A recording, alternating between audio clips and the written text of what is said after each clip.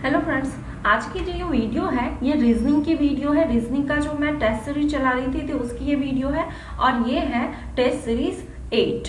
तो आइए देखते हैं, हर बार की तरह आप इस बार भी टेस्ट लगा सकते हैं। पॉज करके प्रत्येक क्वेश्चन को पॉज करके पहले खुद से सॉल्व कर सकते हैं और अपने स्कोर को चेक कर सकते हैं। तो चलिए पहला क्वेश्चन देखते हैं। पहला क्वेश्चन दिया गया है, कहता है कि यदि साइकिल को WAWNU कोडित किया जाता है तो बाइक का कोड क्या होगा। अब यहाँ पे क्या कहा गया है कि साइकिल जो है CYCLE इसके कोड के रूप में लिखा गया है उसे। तो चलिए सबसे पहले हम इसे लिख के देख लेते हैं कि इसमें क्या रिलेशनशिप दिखाया गया है। साइकिल है और इसे लिखा गया है WAWNU। तो सबसे पहले आपको इन दोनों में रिलेशनशिप देखना होगा, तभी आप बाइक को कोड में लिख सकते हैं कि कैसे लिखना है। तो यहाँ पे देख लीजिए कि C का अपोजिट क्या होता है, X होता है। अब X में अगर आप -1 करेंगे तो क्या आ जाएगा W, यानी X के पहले एक जाएंगे तो क्या होगा W। अब Y के अपोजिट क्या होता है, Y का अपोजिट कौन सा होता है लेटर, तो B होता है। B में -1 करेंगे तो आ जाएगा A। C का फिर से अपोजिट करेंगे X और X में -1 करेंगे तो यहाँ पे W ही आ जाएगा, पहले भी यहाँ पे लिखा हुआ है। अब L का अपोजिट क्या होता है, L का अपोजिट होता है O में -1 करेंगे तो क्या हो जाएगा N। अब फिर से E का अपोजिट क्या होता है B में -1 करेंगे तो क्या हो जाएगा U। तो इस तरीके से WAWNU लिखा गया। तो हम लिखते हैं अब बाइक को BIKE। बाइक को हम क्या लिख सकते हैं, चलिए B का अपोजिट जो होगा क्या होगा Y, और Y में हम -1 अगर करेंगे तो क्या हो जाएगा X। फिर I का अपोजिट क्या होगा R में -1 करेंगे तो क्या हो जाएगा Q। K का अपोजिट क्या होगा P में -1 करेंगे तो क्या हो जाएगा O। E का अपोजिट क्या होगा V, और V में -1 करेंगे तो क्या हो जाएगा U। तो इस तरह से हम बाइक को कोड में क्या लिख सकते हैं, XQOU। XQOU कौन से ऑप्शन में नजर आ रहा है, हमारे ऑप्शन नंबर B में। तो यही हो जाएगा इसका आंसर। नेक्स्ट क्वेश्चन देखते हैं। कहता है एक महिला की ओर संकेत करते हुए एक आदमी कहता है कि उसके पिता मेरे पिता के एकमात्र पुत्र हैं, तो वह व्यक्ति महिला से किस प्रकार संबंधित है। चलिए कहता है एक महिला, यहाँ पे मान लिया जाए महिला है और इसकी ओर संकेत करते हुए एक आदमी कह रहा है। ये आदमी इसकी ओर इशारा करते हुए कह रहा है कि उसके पिता यानी कि महिला के पिता मेरे पिता यानी इस आदमी के पिता का एकमात्र पुत्र है। इसका एकमात्र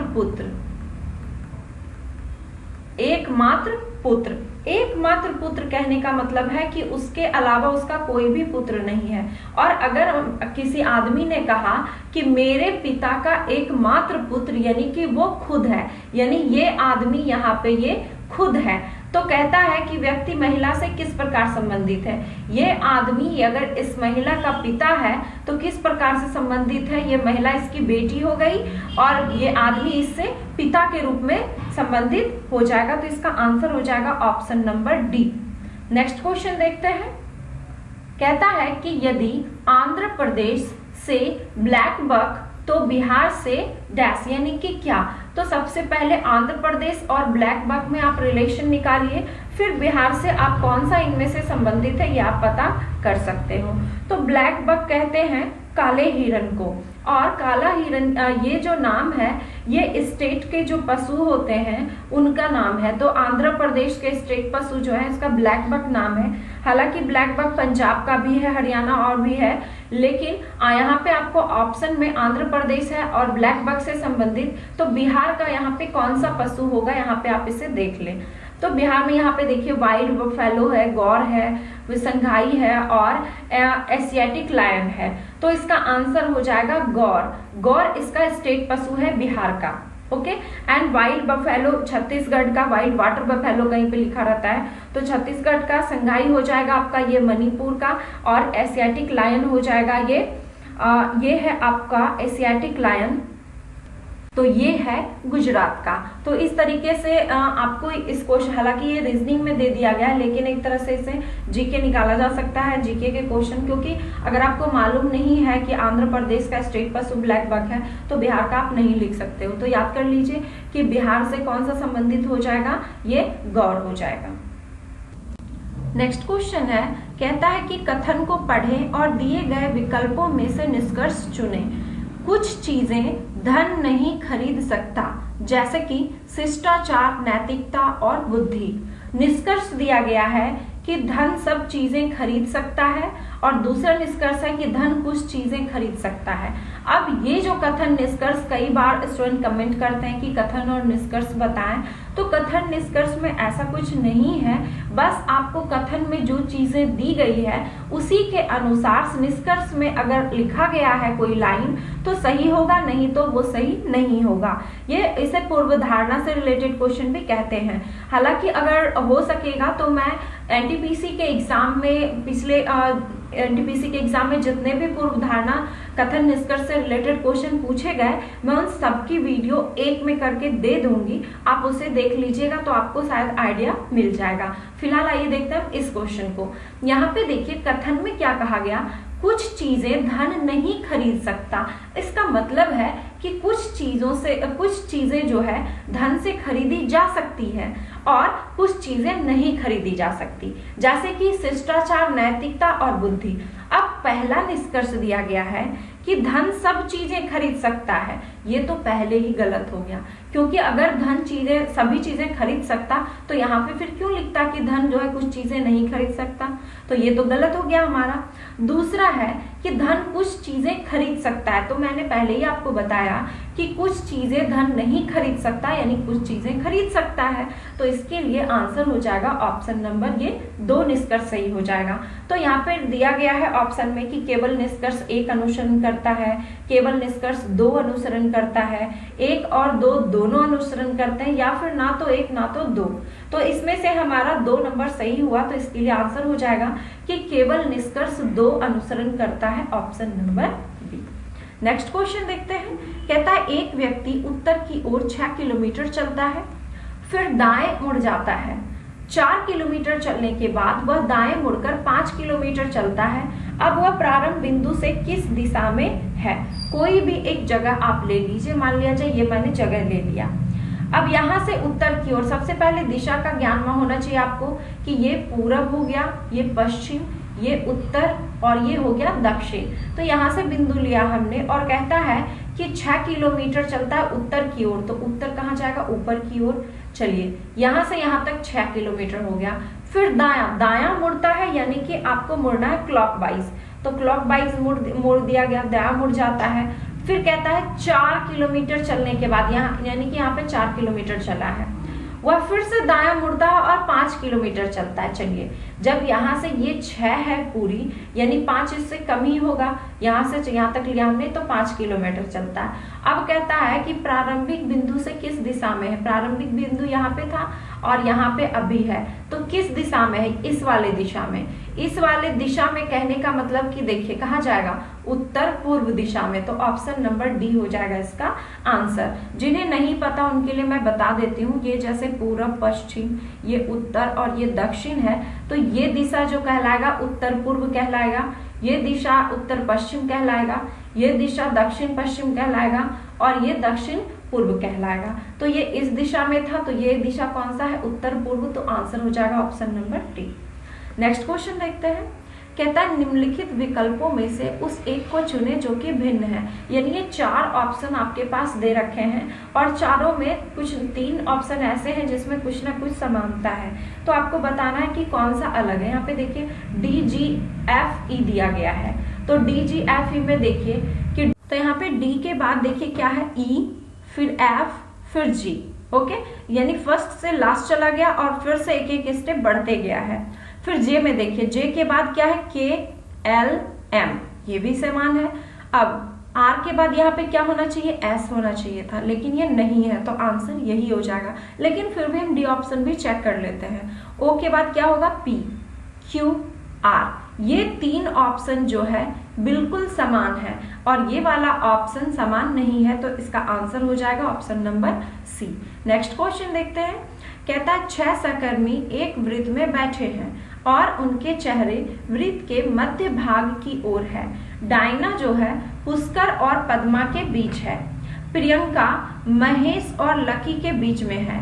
पुष्कर और महेश जो है एक दूसरे के यहाँ पे पुष्कर और महेश के जो है एक दूसरे के सामने है, यहाँ पे होगा। तो आपसे अब पूछा गया कि पद्मा के बिल्कुल दाईं ओर कौन है। सबसे पहले हम सर्किल बना लेते हैं। ये बन गया सर्किल। कितने लोग हैं? 6 लोग हैं। 1 2 और फिर 2 ही रहने देते हैं, उसके बाद फिर बनाते हैं, या फिर बना लेती हूँ मैं 3 4 5 6। ये एक दूसरे के सामने इस तरीके से आ गया है।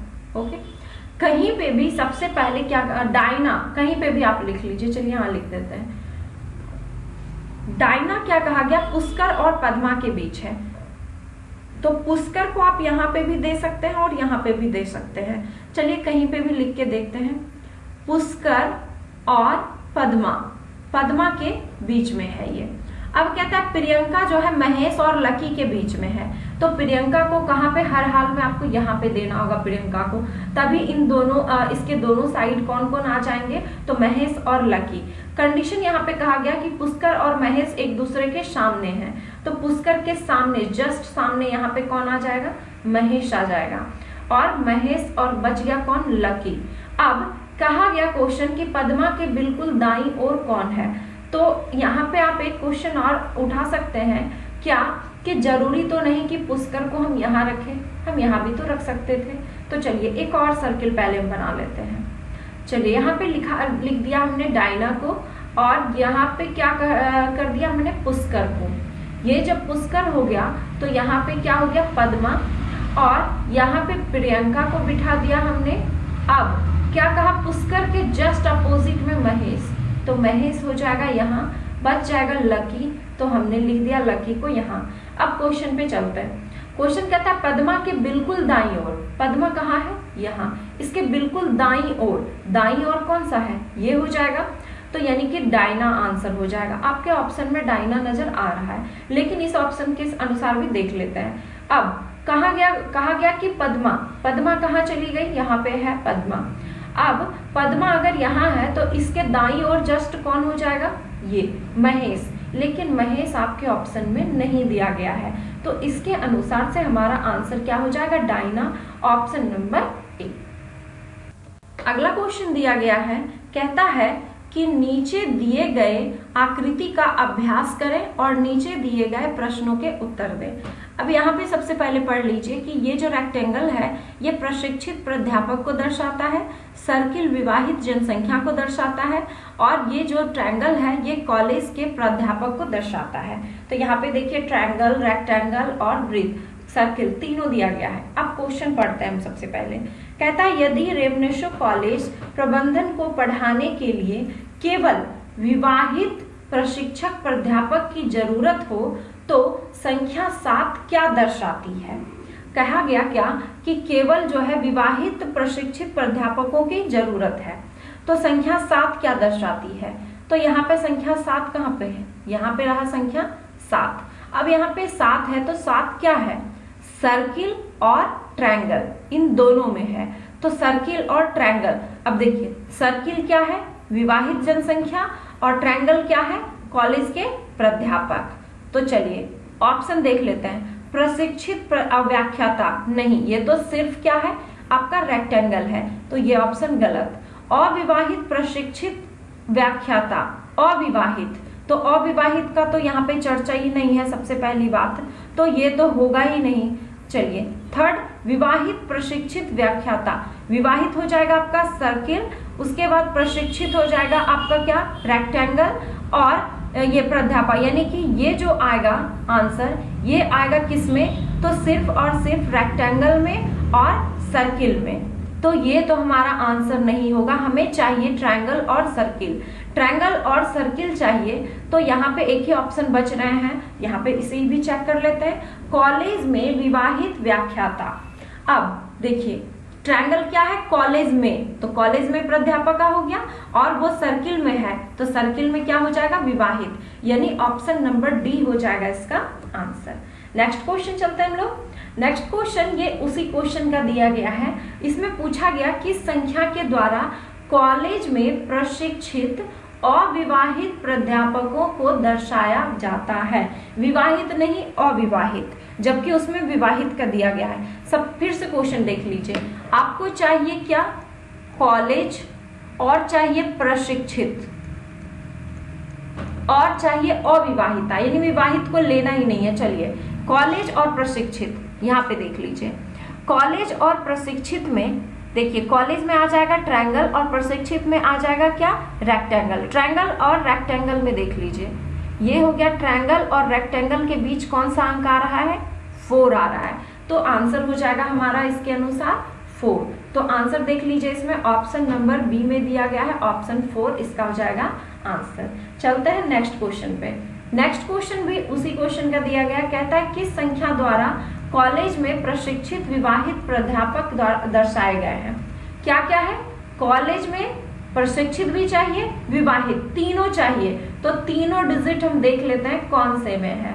तीनों डिजिट आप देख लीजिए, यहाँ पे ये 5 जो है इन तीनों में सम्मिलित है, तो इसका आंसर क्या हो जाएगा? 5। तो 5 है आपके ऑप्शन नंबर सी में दिया हुआ, यही हो जाएगा इसका आंसर। अब चलते हैं अगले क्वेश्चन पे। अगला क्वेश्चन दिया गया है, कहता है क्वेश्चन मार्क्स के स्थान पर क्या आएगा। ये सारे आपके दिए गए हैं 2, और यहाँ पे पूछा गया है कि इस सर्किल में यहाँ पे क्या आ जाएगा। तो सबसे पहले आप फर्स्ट वाले सेकंड वाले में क्या रिलेशनशिप है इस बीच वाले जो डिजिट दिए गए हैं उसका, तभी आपको इसका आंसर मालूम हो सकता है। यहाँ पे 0, 6, 4 और 2 और सर्किल में दिया गया 10। तो ये कैसे होगा? चाहे तो पॉज करके पहले खुद से बना सकते हैं आप। चलिए 0 + 6 + 4 और +2, इन सबको जोड़ देते हैं। ये चारों साइड जितने डिजिट दिए गए हैं इन सारे को जोड़ दीजिए, तो कितना आ जाएगा? 12। 12 में माइनस कर दीजिए 2, तो कितना आ गया? 10। अब यहाँ पे भी देख लेते हैं वैसा है या नहीं। 6 + 2 + 10 + 8, इन सबको जब आप ऐड करेंगे तो आ जाएगा 26। इसमें भी -2 करेंगे तो 24। ये दोनों रूल जो है, दोनों ही जो आकृति दी गई है दोनों में फॉलो हो रहा है, यानी थर्ड वाले में भी वैसे ही करना है हमें। तो 4 + 14 + 12 और +10 सारे को जोड़ दिया हमने। जोड़ने के बाद आ जाएगा 40। 40 में से 2 माइनस करेंगे तो कितना आ जाएगा? 38। 38 देख लीजिए आपके ऑप्शन में दिया गया है सी नंबर में, तो यही हो गया इसका आंसर। नेक्स्ट क्वेश्चन है, कहता है जेड की वर्तमान आयु ए की आयु से आधी है। 5 वर्ष बाद ए और जेड की आयु का अनुपात 11:6 हो जाएगा।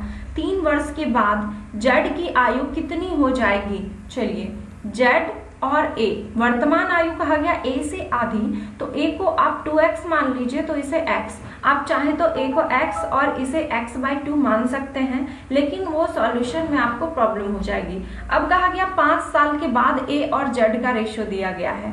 5 वर्ष बाद, तो इसका रेशियो क्या हो जाएगा? x + 5, और ये हो जाएगा 2x + 5। चलिए अब किसी को भी लिख देते हैं, z/a लिखते हैं, तो z का क्या हो जाएगा? x + 5, और a का कितना हो जाएगा? 2x + 5। z का रेशियो क्या है? यहाँ पे 6, और a का कितना है? 11। ये आपको यहाँ पे पहले a और z लिखा गया, तो इसका आप ध्यान रखें। क्रॉस में मल्टीप्लाई करते हैं 11x + 55, और क्रॉस में फिर करेंगे तो 12x प्लस हो जाएगा क्या? 30।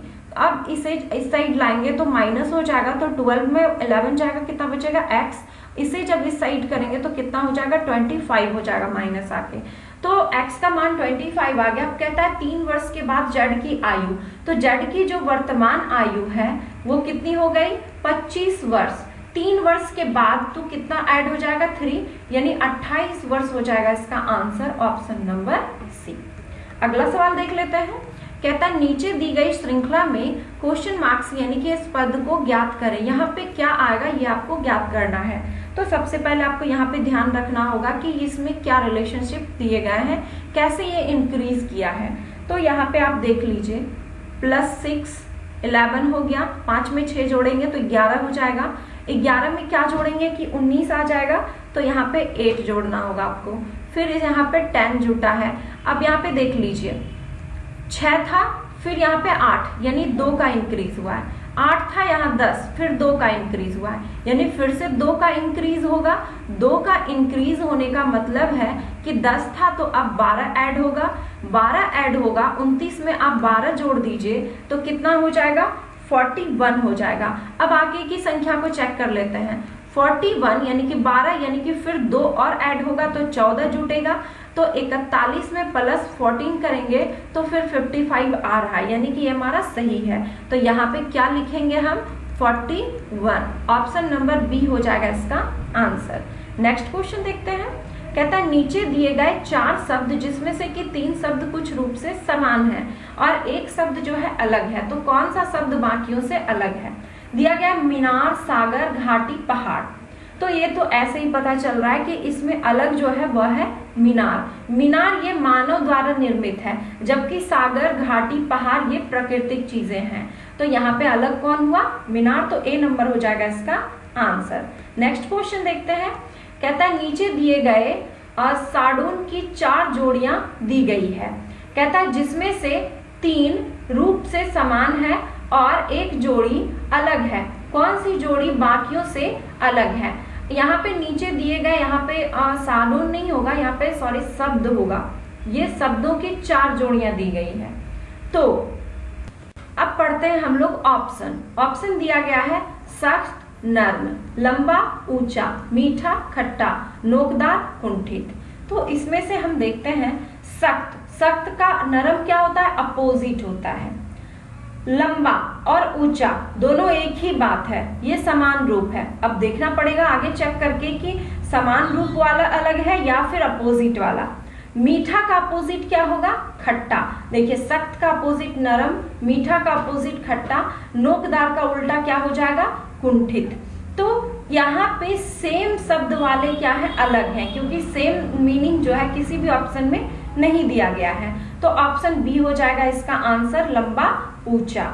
तो आई होप कि आपको ये रीजनिंग की वीडियो पसंद आई होगी, और भी रीजनिंग की वीडियो मैं इसी तरह से देती रहूंगी। तो आप प्लीज अगर आप सब्सक्राइब नहीं किए हैं, फर्स्ट टाइम देख रहे हैं, तो आप सब्सक्राइब कर सकते हैं और बेल आइकन को भी प्रेस कर दें, क्योंकि बहुत सारे स्टूडेंट बेल आइकन को प्रेस नहीं करते और फिर कमेंट करते हैं कि नोटिफिकेशन नहीं आता। तो आप प्लीज उसे भी प्रेस कर लें और वीडियो को लाइक करें, सब्सक्राइब करें और जितना ज्यादा हो सके इसे शेयर करें।